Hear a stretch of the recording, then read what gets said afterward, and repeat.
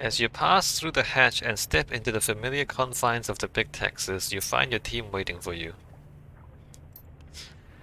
Wow, this is a hell of a thing. Goblet absent-mindedly passes a rat from one hand to another. The rodent squeals and chirps in delight. You said it, Gunshow. Not our best day ever as a team. So what's the deal, SCKZ? Who captured us? Are they really cops or are we dealing with someone else here?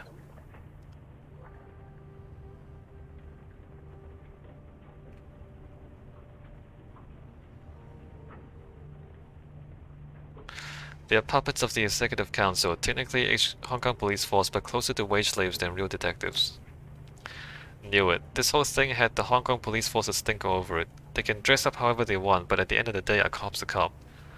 So what does this task force want with us? Did they pitch their agenda to you?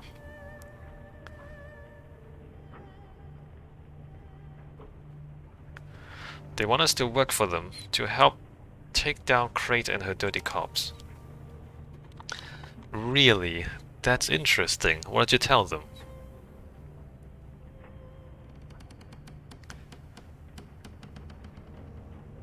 I told them that I wouldn't agree to anything until I ran it by you. Huh, well I guess it's nice to know you're thinking of us, so what's our next step?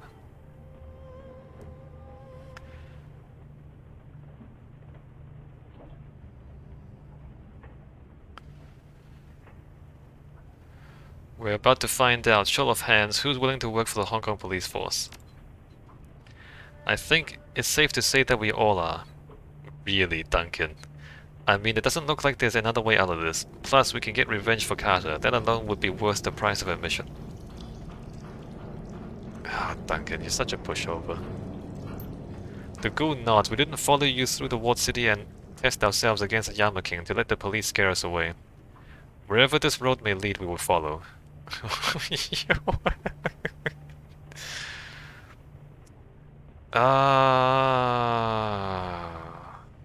That's weird.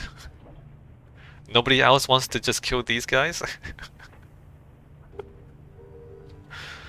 Sounds like everybody's on board then. We're in, but let's not get ahead of ourselves. We haven't run this little plan by Kindly Cheng yet. She raises an eyebrow. You do know that we should do that, right? I mean, the old lady controls an army of thugs, and I can't imagine that she'd like these cops any more than she liked Crate and her corrupt ones. Well, Isabel gives a solemn nod. She's right. You should tell Kindly. Bring the old woman up to speed on what's been happening here. Alright, no time like the present. This story is kinda whack. Like, it's not that plausible.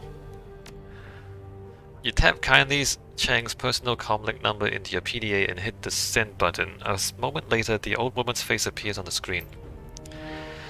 SCKC, a pleasure to see you, dear. I've been worried sick. Have you? She swills something the color of rotten plums out of a highball glass.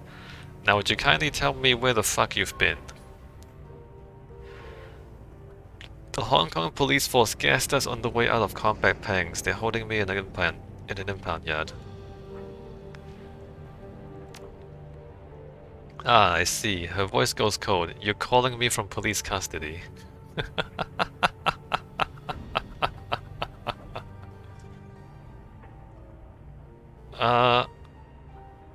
They had a mage poke around in my head, Auntie Cheng. My calling you isn't gonna make much of a difference. They scanned you? How disappointing. There's a long pause, then finally, tell me exactly what they said to you, don't leave anything out. Uh-huh. The cops who have me want to take down Crate, you know, the cop who keeps popping up on the news. Her eyes flash dangerously. I know who she is, keep talking. The leaders of the group are called Chu, and Lam, Auntie Cheng. That's what the sergeant at the holding pen said. They're senior inspectors. Those won't be their real names, dear. Not if they're letting you contact me like this.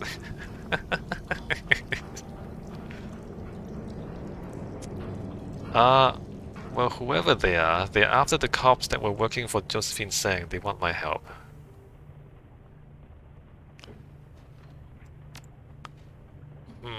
She lifts the glass to her lips and takes another slurp of the dirty, viscous liquid. They're after the filth who ambushed you then, the ones that killed Nightjar. And Carter. Nobody gives a fuck about Carter. You should know better than to interrupt me by now, Gunshow. She dismisses the outburst with a wave of her hand. Now be a good boy and keep your mouth shut. Get wrecked, Duncan. Duncan clenches his jaw. He's clearly furious, but he says nothing. Get wrecked. Alright, I want you to go along with it. Tell them that you'll take the job with my blessings.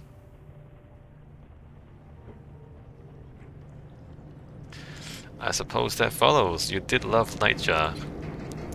That isn't what this is about. She looks into her glass, swirling the liquid inside with the flick of her wrist. Not entirely. I've always wanted to get a runner into one of the Hong Kong Police Force's secure facilities, but it was never in the cards. Now here comes this task force, inviting you in. If you can avenge my sweet Nightjar's death in the process, well, so much the better. Understood. Any special instructions that you want me to follow? Be smart. Do nothing that could endanger the Yellow Lotus or myself, and report back to me if you see anything that could constitute a threat. Above all, keep your eyes open and don't trust this task force of yours. Whatever you do. Alright, kindly.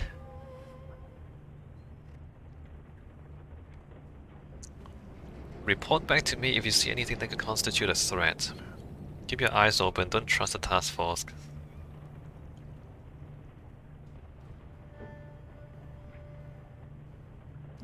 When this is all over, I'll report back to you with what I find.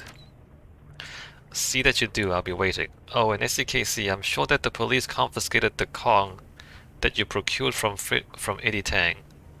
The one that I paid you to retrieve for me. Get it back. Okay. I'll ask nicely. She thumbs the button on the PDA and the screen goes black. Well, I guess that's it. She lifts her shoulders into a half shrug. We're doing this.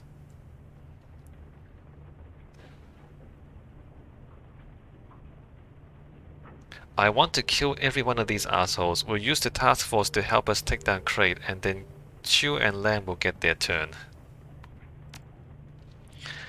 Then there's no more to be said. He turns away, his armor rustling as his body shifts. You go back to Lam and Chu and accept the job. I will ready up my gear.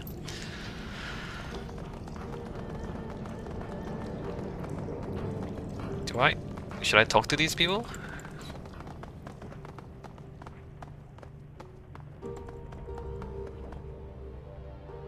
I can talk to these people.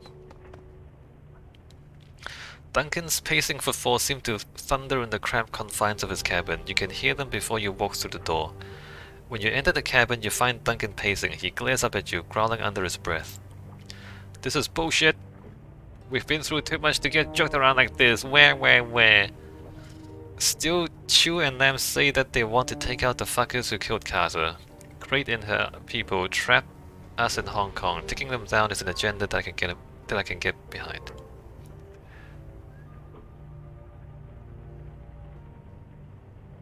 Still, we shouldn't get too comfortable here. I say that we play along for now and see what happens. He crosses his arms and his face twists into a half grimace. I don't plan on getting comfortable in this place. Getting complacent only leads to letting your guard down. We're runners, we can't afford the luxury. So how are the guns? You mean these? Duncan raises his arms and flexes. A broad smile stretches across his normally serious face.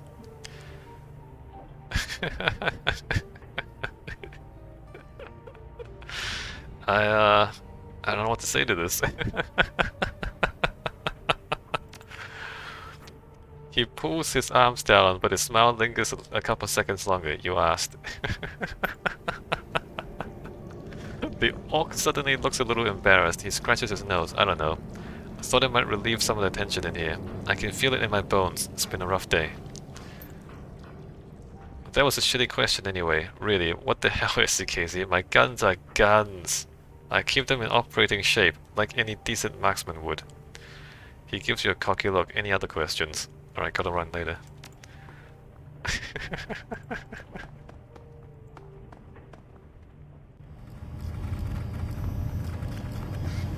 Isobel, what's up?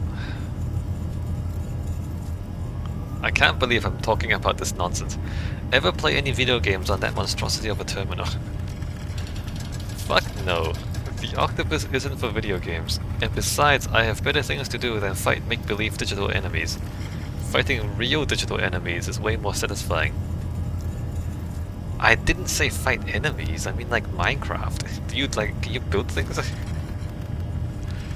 You've never played a game on the octopus? Not ever? Not a video game, no. She looks away. Like I said, I'm not a fan.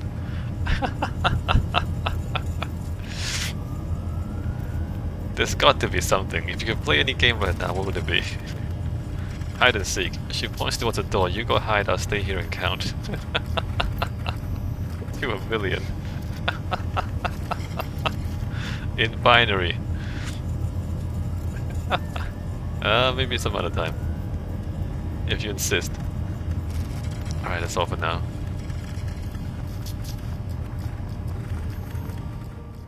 Hey, noodle. Wait a minute, you have a noodle machine?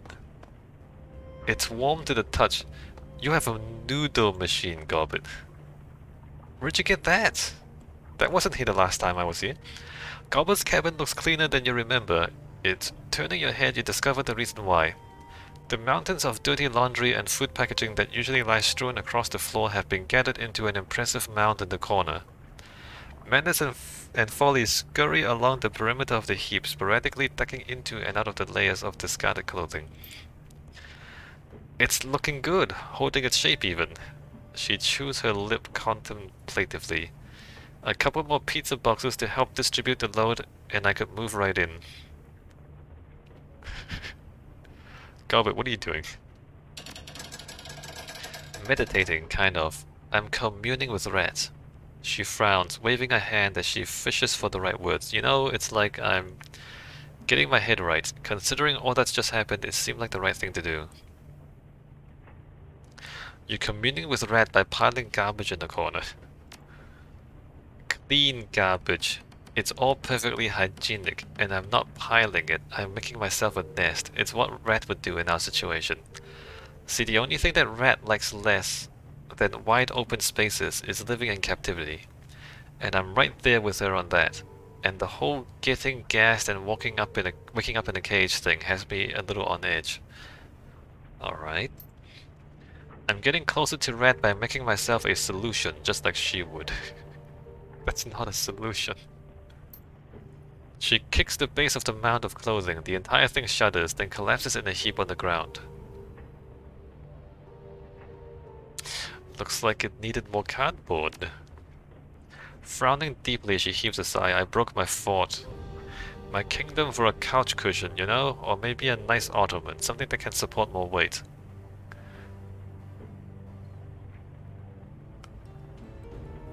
I'll keep my eyes open. Maybe one of the boats they've impounded here has a futon or something. No, it's okay, don't bother. She turns away from the now ruined pile of laundry and refuse, rubbing the bridge of her nose between her thumb and forefinger. The magic is gone anyway. Okay. So anyway, was there something that you wanted, Seattle? If not, if so, I'm all ears. Hey Gobbit, is that the deck called Noodle Extruder? She gives the looming machine an uncertain glance. Yeah, I think it is. What's it doing here? Your guess is as good as mine. It sure as hell wasn't in my cabin before we left for combat pangs. And I can't imagine why the cops would have put it here. She bites her lip, a nervous expression on her face. Maybe it followed us home from DECCON.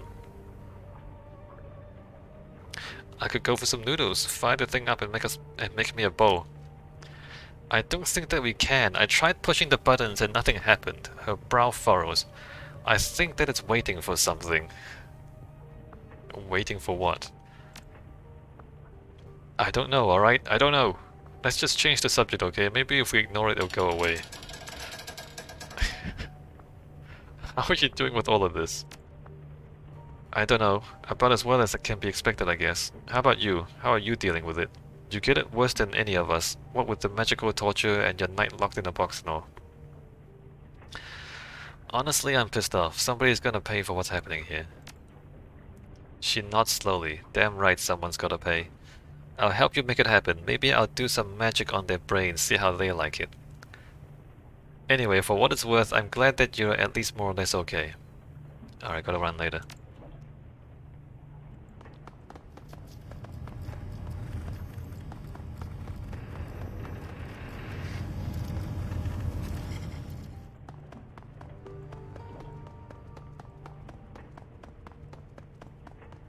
Hey, my computer's here too. And we have internet access. And we have Shadowlands BBS. Crazy. Alright, well, let me talk to Rector and Gaiju first, then we'll read the BPS. Rector? Welcome back. Was there something else that you needed? Out of curiosity, are you still playing around with those stimulus generators in your brain? I wouldn't say that I was playing around with them, no. I'm constantly using them to fine-tune my brain stimulus responses, of course, but that hardly constitutes play. I see. And what have you been doing with them recently? For the past week or so, I've been experimenting with synesthesia, training my brain to associate certain colors with certain tastes, sounds with touch, that sort of thing. He snaps his fingers. You hear that? Just a click, yes? Sure. Not for me. Now when I hear that sound, I feel a tingle in my spine, and my tongue registers the flavor of bourbon and strawberries.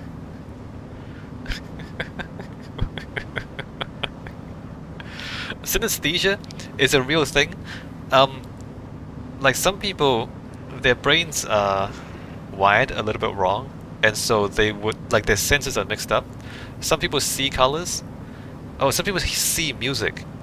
So a lot of like really famous composers. Not a lot of. Some really famous composers, they can see music. So when they play music, they see colors, and that actually helps them stay in tune. Because like instead of just hearing a sound, they can see the sound as well. So that allows them to like understand music a lot faster and a lot more accurately than most other people. So yeah, so some people can like can see sounds, or they can like taste colors. That's a real thing. What possible value could that have? It was just a small test, my friend. Soon I will know enough to push the limits of the system, and that is when the practical applications come in. Imagine the combat advantages if the sound of Kosjay's claws on steel produced a palpable sense of well-being. Yeah, that's not useful. Or if I could judge the severity of a bullet wound by the volume of the pinging in my ear. That's slightly more useful. Best of luck, my friend. I hope that this all works out. My thanks, my friend, as always. Now, is there something else you'd like to discuss? Gotta run.